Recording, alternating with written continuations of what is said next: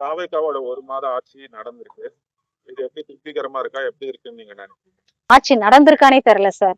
இவங்க வந்து டிஎம்கே இவங்க வந்து ஆட்சியே செய்யல, இவங்க சரியா இல்லன்ட்டு தான் இவங்க வந்தாங்க. சரிங்களா?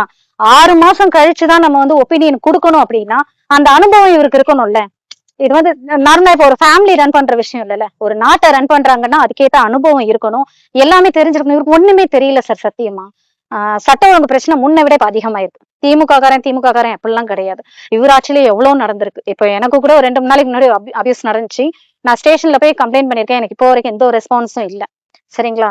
ஆஹ் எதுவுமே பேச முடியல சார். எங்கேயுமே எதுவுமே பேச முடியல. நம்மளோட ஒப்பீனியன் சொன்னாலே அவங்க வந்து இது இப்படிதான், எங்களுக்கு தெரியல, இனிமேதான் கத்துக்கிறோன்றாங்க. கத்துக்கிற நீங்க ஏன் வரணும்? சிங்கப்பெண் அவங்க தொடர்பு கொண்டீங்களா?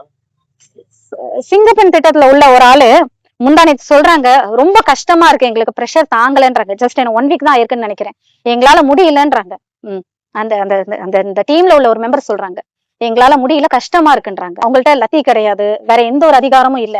அவங்க போய் என்னன்னு ஜஸ்ட் அவங்க வந்து வெரிஃபிகேஷன் பண்ணிக்கலாம், இல்ல நம்ம சொல்லலாம். என்னோட கருத்தை பக்கத்து வீட்டுலக்காரங்கள்ட்ட சொல்ற மாதிரி நான் உங்ககிட்ட சொல்லலாம், அவ்வளவுதான். மத்தபடி அதுல என்ன யூஸ் இருக்குன்னு இப்போ வரைக்கும் தெரியல சார். இந்த ஆட்சியில கண்டிப்பா பெண்களுக்கு எதிரான குற்றங்கள் அதிகமா இருக்கு. சரி, 38 வயசு ஆகுது, எனக்கே 4 நாளைக்கு முன்னாடி அபியூஸ்னு சொல்றேன். சரிங்களா? இது இத்தனை வருஷம் எனக்கு இல்லல்ல. இப்ப ஜஸ்ட் ஒரு 5 days தான் ஆகுது. ஸ்டேஷன்ல கொடுத்து சிஎஸ்ஆர் காப்பில இருந்து நான் கமிஷனர் ஆபீஸ்ல இருந்து எல்லாத்துலயும் கம்ப்ளைண்ட் பண்ணி என்ன தெரியுமா சொல்றாங்க, இது ஒரு சின்ன விஷயம் தானே, இதை கடந்து போயிடுங்கன்றாங்களே ஒழிய ஏன் இவங்க பண்ணாங்க, அவங்களுக்கு தண்டனை கொடுப்போம்ட்டு யாரும் யோசிக்க மாட்டேங்கிறாங்க. ஒருத்தருக்கு தண்டனை கொடுத்தாதானே அந்த தண்டனை குறையும், அந்த தப்பு குறையும்.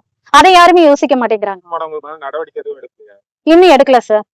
நான் கம்ப்ளைண்ட் கொடுத்து சிஎஸ்ஆர் காப்பி வாங்கினதோட சரி, இப்போ வரைக்கும் 5 நாள் ஆச்சு. நான் சிஎஸ்ஆர் காப்பி சனிக்கிழமை வாங்கினேன், இப்போ வரைக்கும் எனக்கு எந்த ஆக்ஷனும் எடுக்கல. சிஎஸ்ஆர் காப்பி வாங்கியிருக்கேன், அவ்வளவுதான். சிஎஸ்ஆர் காப்பினா என்ன, நான் உங்ககிட்ட கம்ப்ளைண்ட் கொடுத்தேன், நீங்க எனக்கு அக்செப்ட் பண்ணிக்கிட்டீங்க, அவ்வளவுதான். மத்தபடி அதுல விசாரணையோ எதுவும் இருக்குன்ட்டு அர்த்தம் இல்லைல்ல. எந்த எந்த ஒரு துரித நடவடிக்கையும் இந்த ஆட்சியில இல்ல. கண்டிப்பா நீங்க கொடுத்த கம்ப்ளைண்ட் கொடுத்த அவங்களுக்கு அரசியல் பின்புலம் இருக்கா?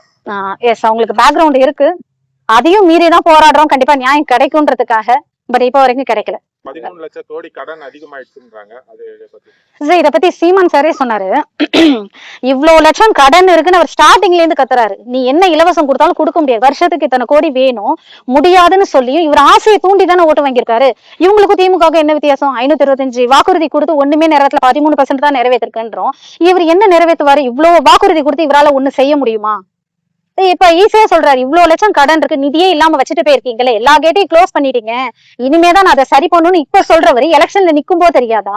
ஒரு கமிட்டி போட்டு அந்த வாக்குறுதி இத்தனை பேர் சொல்லுங்க, என்னது ஐடியா சொல்லுங்கன்னு சொல்லியிருப்பாங்கல்ல, அதுல ஒரு ஆள் கூடவா சார் சொல்லியிருக்க மாட்டாங்க? நம்ம வீட்லயே அடுத்த மாசம் ஒரு 10,000 ரூபாய் குறையுதுன்னா என்ன பண்ணலாம்னு யோசிப்போம். இவர் அசால்ட்டா இத்தனை சொல்லியிருக்காரு, 2500 மாமன் சீரு அண்ணன் சீரு எப்படி சார் கொடுக்க முடியும்? 1 பவுன் தங்கம் இன்னைக்கு 1 பவுன் என்ன விலை விக்குது? அவர் படத்திலேயே நடிச்சு கொடுத்தாலும் கொடுக்க முடியாது.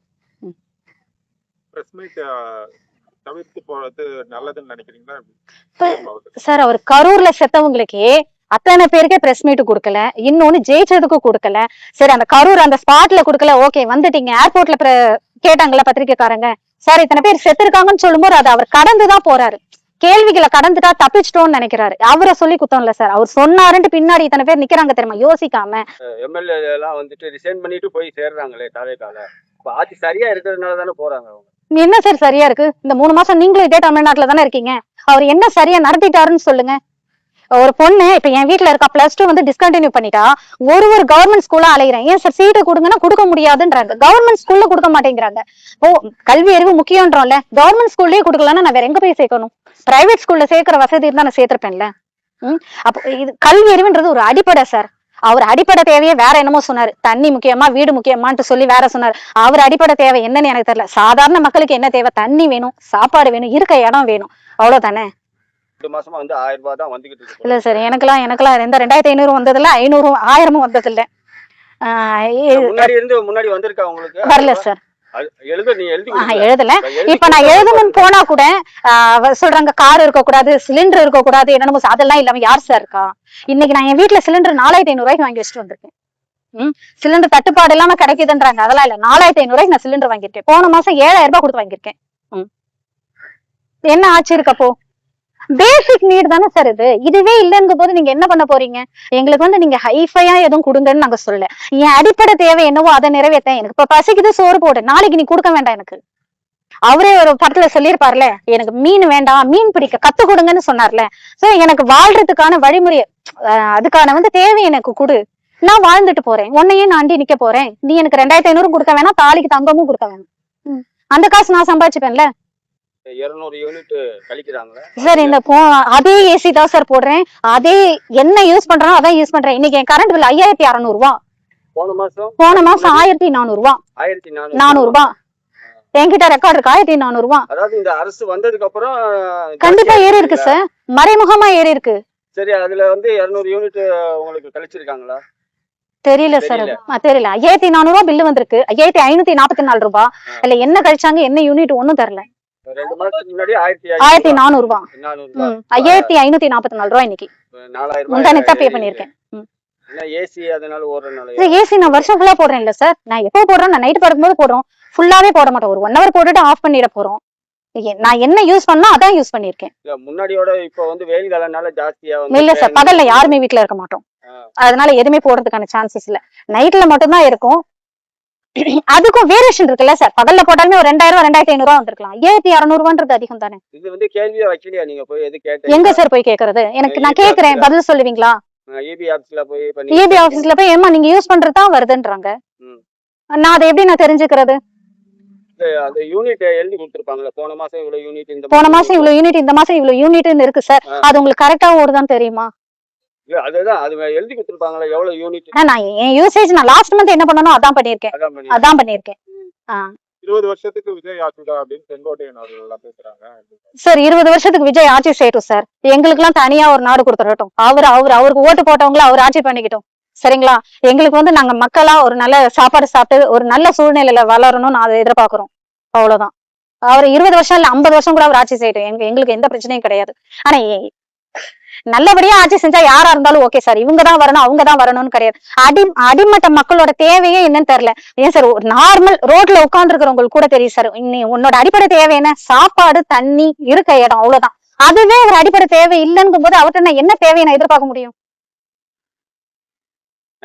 Thank you sir. சிங்க பெண்கள் திட்டம் ஒரு பக்கம் நிறைவேறும் போது குற்றங்களும் நிறைவேறுது. பெண்கள் தொடர்ந்த குற்றம், பாலியல் குற்றங்கள். ஸோ அதுக்கு அவங்களுடைய நடவடிக்கை என்ன இருக்கு அப்படிங்கிறத பார்த்துட்டு தான் நம்ம அவங்கள குற்றம் சொல்றதா இல்ல புறக்கணிக்கிறதா என்ன பண்ணலாம்னு முடிவு பண்ணலாம். அவங்களுடைய நடவடிக்கையே ரொம்ப மெதுவா தான் இருக்கு, மெத்தனமா தான் இருக்கு. என்ன திட்டம் கொண்டு வந்தாலும் உடனடி நடவடிக்கை இருக்க வேண்டும் அப்படிங்கிறது மக்கள் எதிர்பார்க்கிற அடிப்படையில் ஒன்று. அது எவ்வளவு சீக்கிரம் ஒரு நல்லாட்சின்னா அதுதான் செய்யணும். முதல்ல நடவடிக்கை ரொம்ப வேகமா இருக்கணும். பெண்களும் குழந்தைகளையும் காப்பாற்றுகிற விஷயத்துல ரொம்ப விரைவா தான் இருக்கணும், அதிரடியா தான் இருக்கணும். அதுல போய் மெத்தனம் காட்டுறது நல்லா இருக்காது. வெள்ளரிக்கைன்னு ஒண்ணு இருக்காங்க, அதுல 13 லட்சம் கோடி கடன் சொல்றாங்க. ஏற்கனவே சீமான் அவர்கள் 10 லட்சம் கோடின்னு ஒரு பாட்டு கூட பாடியிருந்தாரு. இப்போ அவங்க 13 லட்சம் கோடின்னு சொல்லியிருக்காங்க. இந்த அறிக்கை எப்படி பாக்குறீங்க?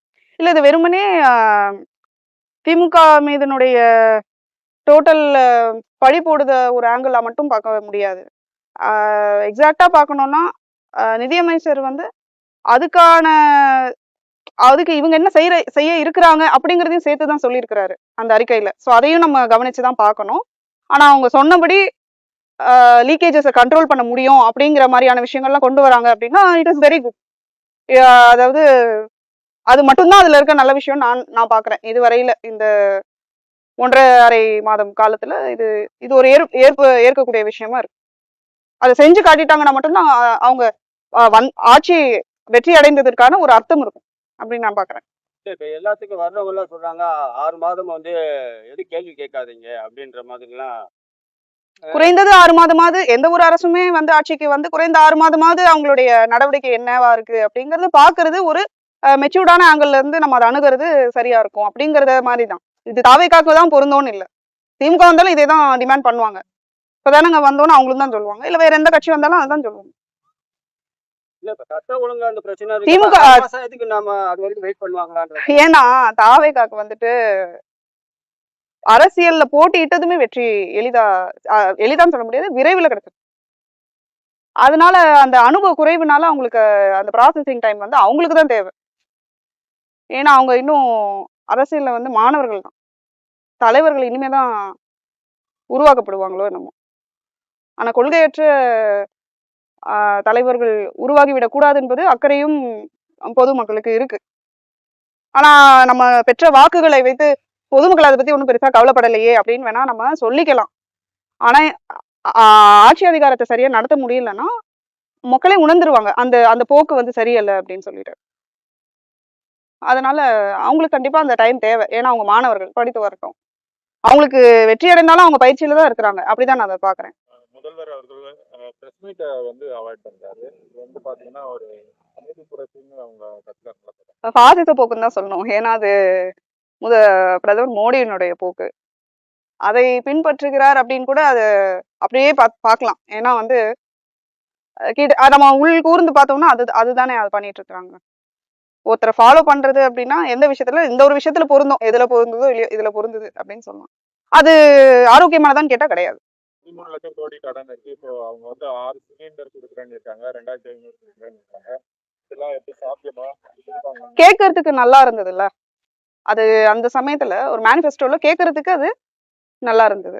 அதனால அது எல்லா கட்சிகளும் சொல்ற மாதிரி அதை நடைமுறைப்படுத்திடுவாங்கன்ற நம்பிக்கையில தான் நம்ம எல்லா மக்களும் வாக்களிக்கிறாங்க. அது எந்த கட்சியா இருந்தாலும் அது போலதான் இவங்க வெற்றியை வாங்கியிருக்கிறாங்க. பார்ப்போம். செயல்படுத்தாதலன்னா அவங்களுடைய வீழ்ச்சி தானே அது. பார்ப்போம். இதே மாதிரி சீமான் அவர்களும் இப்ப சமீப காலமா பிரஸ் மீட்டை அவாய்ட் பண்றாரு. இது எப்படி பாக்குறீங்க? அதுக்கு பல்வேறு காரணங்கள் இருக்கு அப்படின்னு நம்ம வந்து அதை கடந்துடவும் முடியாது. ஏன்னா பிரஸுக்கே தெரியும் என்ன காரணம் அப்படின்ட்டு. அதிகமா பேசின ஒரு மனுஷன் மௌனம் அடைஞ்சிட்டாருன்னா அப்ப எவ்வளவு ஒரு வலி வந்து பிரஸாலே ஏற்பட்டிருக்கு அப்படிங்கிறது